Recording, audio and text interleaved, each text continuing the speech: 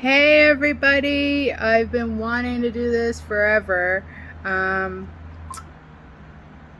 but it's kind of nerve-wracking, just kind of exposing myself, which I'm totally gonna do, not because I really want to or because I'm looking for sympathy or anything like that, because as you'll know in my videos to come, I 100% don't ever say that I'm a victim.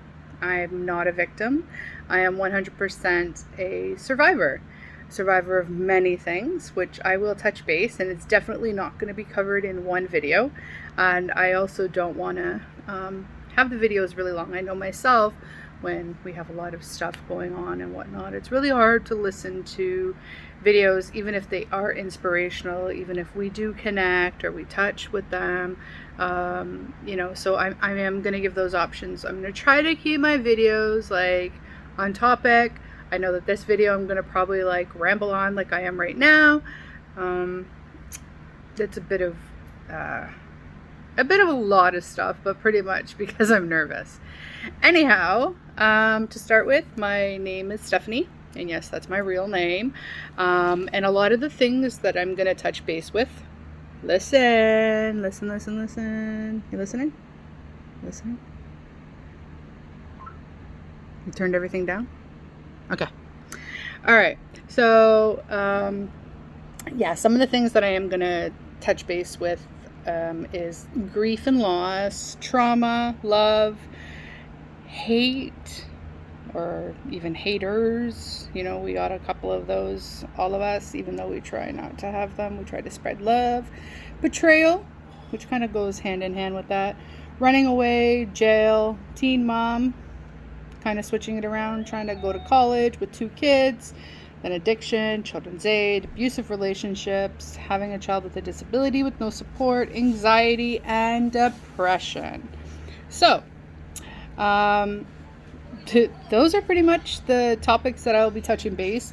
Generally, this video is more for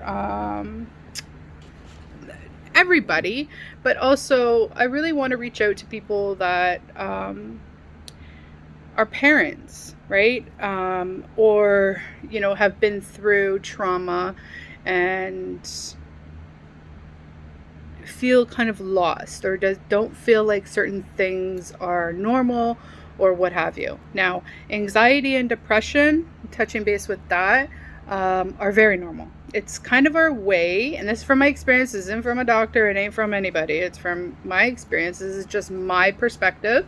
So don't, run to your doctor and be like, well, this girl Stephanie on YouTube told me that anxiety and depression is normal, because some doctors might say it's not, but it is normal. It's normal way of your body responding to different types of things, whether it's good anxiety, whether it's bad anxiety, whether it's depression, or it's just you're just trying to figure shit out. Okay. I know my even self, whether it might be called depression, might be just called I got a lot of shit on my plate, or it might just feel like I don't have control of a lot of things. Does that mean that I'm depressed? Not always. But would a doctor or a professional say that I'm depressed? Yeah, they're real quick to say that stuff.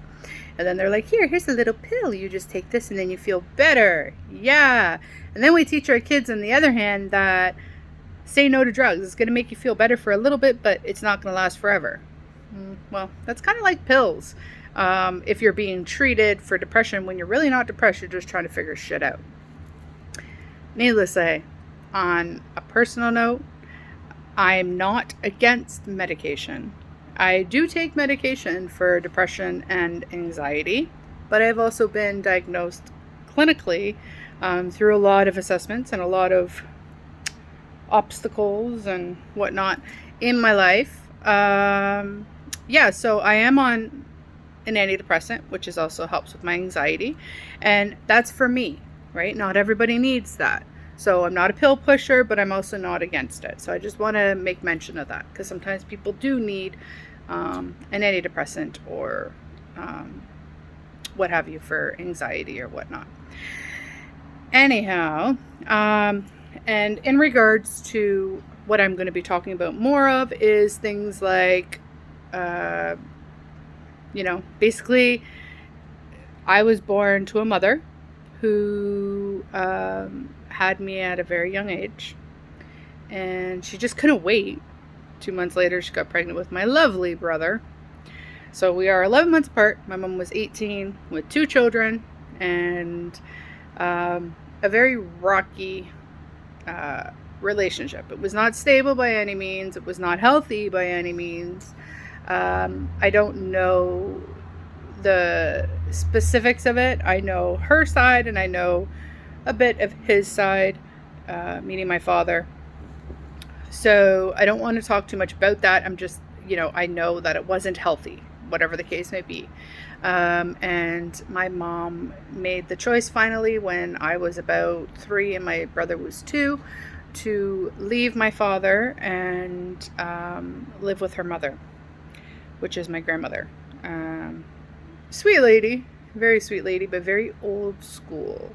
So some people could see it as being like mean, Remember when I was a little girl, I was like, like the meanest woman ever. She used to like put my hair in curls and like put makeup on me, and then like stand me in front of her window and her beautiful burgundy curtains and like be like, oh, I'm gonna take pictures, and I'd be like, oh God.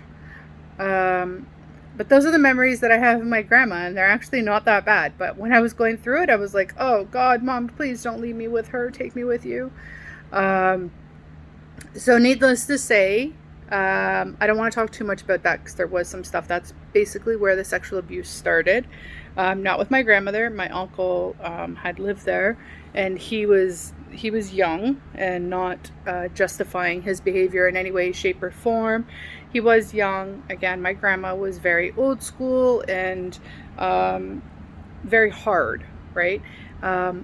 Anytime that to my understanding, my uncle would talk about any type of feeling of sexual desires or thoughts or what have you, it was shut down really quickly. It was very old school, like, that's dirty, we don't talk about this, you're too young, it's not normal. So basically I was his outlet, unfortunately. And I was very young, from when I was like 3 until I was 6. We don't know how long it happened. We don't know how often or whatever. But my mom, when she did find out about it, did leave. So now you have this, 20-year-old, well, she was 23, 22 or 23, by herself with 2 kids. She only had her mom and her brothers, which now she wasn't allowed to speak to her brothers because, or nor did she want to at that time, because of the sexual abuse. So, in saying that, my mom made the choice to leave. I don't know too much of like where she went, who she stayed with, what have you, but I do know that she immediately was very resourceful. Like, she did a lot of like reaching out, trying to get me help and support. And I think that's why I'm able to like speak so freely about it, is like it doesn't really bother me, but I know that it's not right. He was only 11 years old until he was 14. So he was still very much a child himself. Not that it was right. Anyhow, so that's how our dysfunctional family started.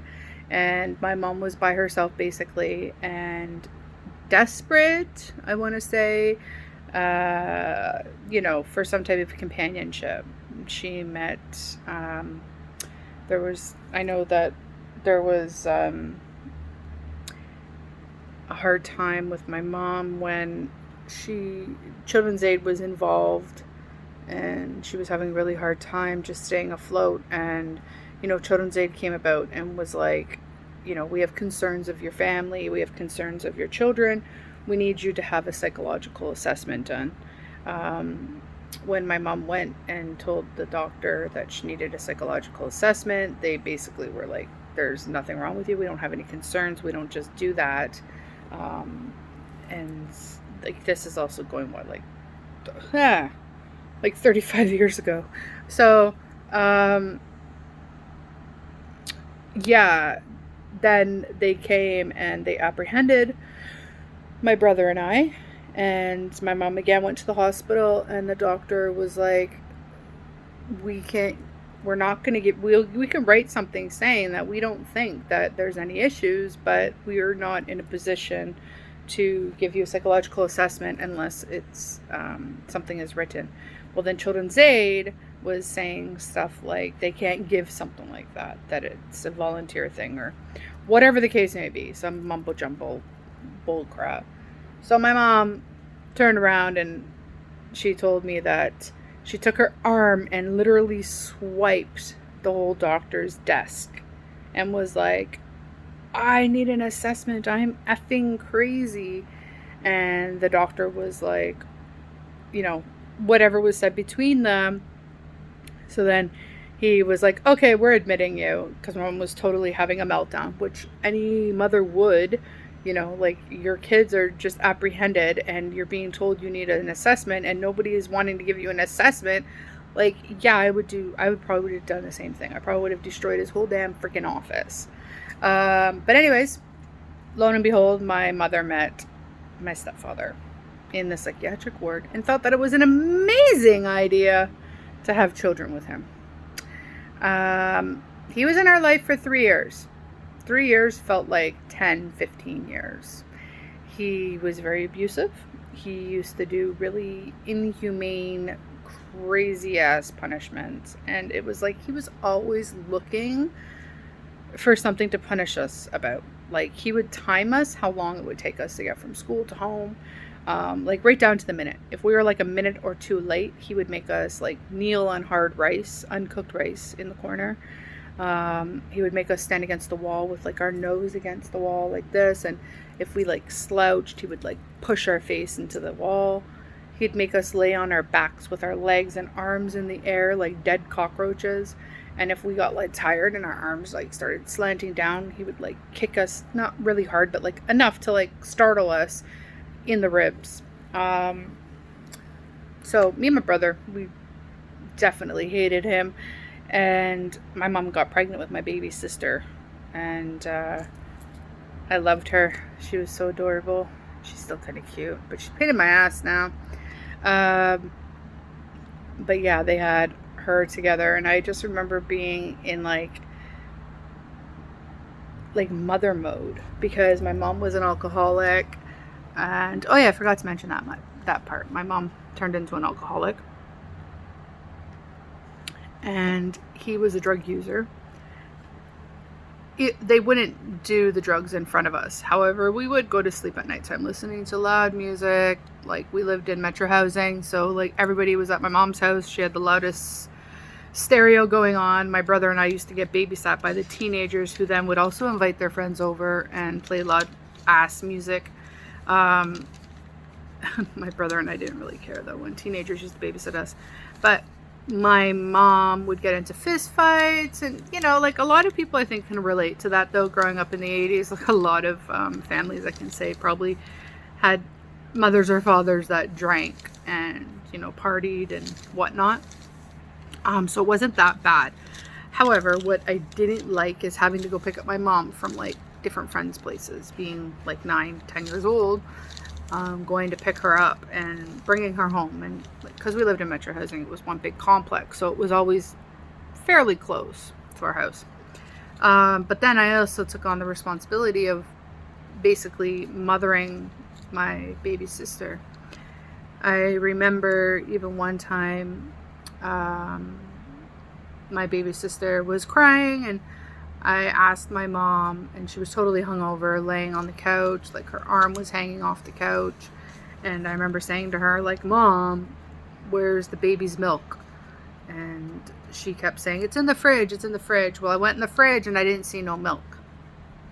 So at this time, I think I was like 7, maybe, yeah, 7.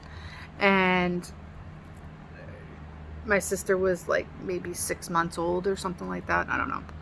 But anyhow, whatever. I was young. She was young. And I didn't find any milk in the fridge.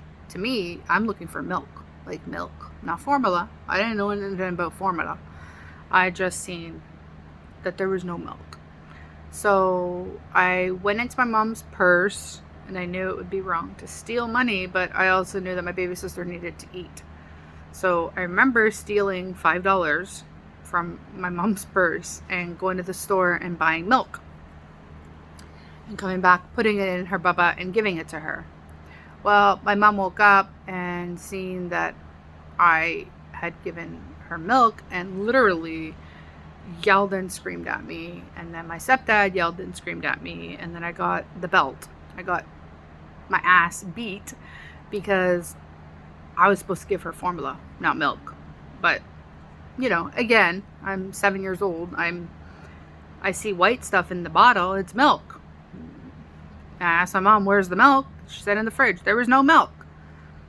Yeah. And when I tried to explain that to my mom, then my mom was like, how did you get money? And I said I found it. Which then obviously she knew I was lying. So yeah, it was a big, huge thing. So, you know, I always felt like I needed to take care of my baby sister. The reason why I go so in depth with that is because one time I used to take the beatings for my brother, who was only 11 months younger than me, and then also my sister, who was 3 years younger than me, or 6 years younger than me, sorry. And I remember one time I was supposed to do the dishes, and I didn't do them properly. After her drunk friends, all these people up in my house, dirtying my dishes and everything else, ordering food, me and my brother, we used to literally like look for the leftovers in the morning and just eat them, like leftover fried chicken, KFC, pizza, wings, like, yeah. There was never, I shouldn't say never, for about a good year there wasn't any food in the fridge. My mom hit a really bad spot, and anyhow, so I remember I didn't do the dishes properly to my mom's liking, and I was getting angry. At this time, I'm like 9 years old, so, you know, and she literally pulled out all the dishes from the counters, or sorry, from the cupboards, put them in the in the sink. Sorry, I'm getting like flustered. And I was washing them. And I remember my stepdad coming up behind me and like kicking the back of my knees and telling me that I'm getting water all over the place. And I'm like, well, I've been standing here for like 2 friggin' hours cleaning your guys' shit. Anyhow, so I didn't clean the dishes again. And now I have an attitude because I'm angry and they're making me mad and blah, blah, blah. So my mom decides that she's going to smack my ass. But I told her, no, you're not smacking me. And she was like, excuse me, grabs me, goes to bend me over, and I'm like, no. And I put my hand in the way, and she's like, move your effing hand. And I'm like, no. So out of anger, she grabs the cutting board, and she's like, move your freaking hand. And I'm like, that will break my ass. And also because I swore, my mom's like, bend over, and she went to go whack me, and I put my hand as she was coming down. Well, my mom fractured my wrist.